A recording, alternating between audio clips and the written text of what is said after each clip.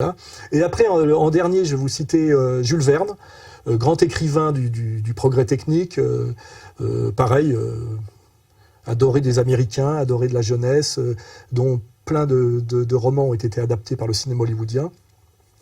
Alors là, j'ai deux citations. Ça, c'est tiré du Château des Carpates, 1889. On verra le sol passer peu à peu de la race indigène à la race étrangère. Faute d'être remboursés de leurs avances, les Juifs deviendront propriétaires des belles cultures hypothéquées à leur profit. Et si la terre promise n'est plus en Judée, peut-être figurera-t-elle un jour sur les cartes de la géographie transsylvaine, c'est-à-dire de la Roumanie. Voilà. Bon, pas très philosémite comme citation.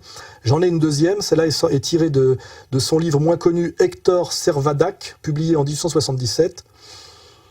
C'était un homme de 50 ans qui paraissait en avoir 60, petit, malingre, les yeux vifs mais faux, le nez busqué, la barbiche jaunâtre, la chevelure inculte, les pieds grands, les mains longues et crochues. Il offrait ce type si connu du juif allemand, reconnaissable entre tous. C'était l'usurier souple d'échine, plat de cœur, rogneur d'écus et tondeur d'œufs. L'argent devait attirer un pareil être comme l'aimant attire le fer, et si ce Shylock fut parvenu à se faire payer de son débiteur, il en eût certainement revendu la chair au détail.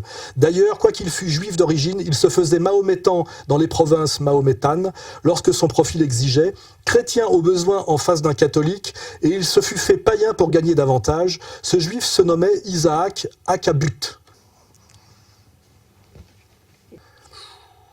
Il n'y a pas plus antisémite que cette description de Jules Verne qui rejoint totalement, c'est la description de Léon Bloy dans Le Désespéré. Hein, voilà.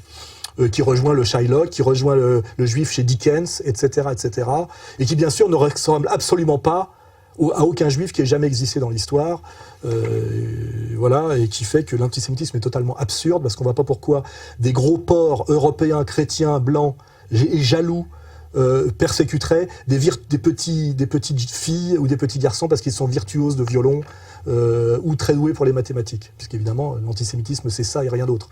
Ça ne parle jamais de Bernard-Henri Lévy, des Bernard-Henri Lévy qui ont traversé l'histoire, des Attali, des Alain Minck, des Madoff, des Bernanke, etc. Ça n'a jamais existé, ça n'existe pas, hein, bien sûr.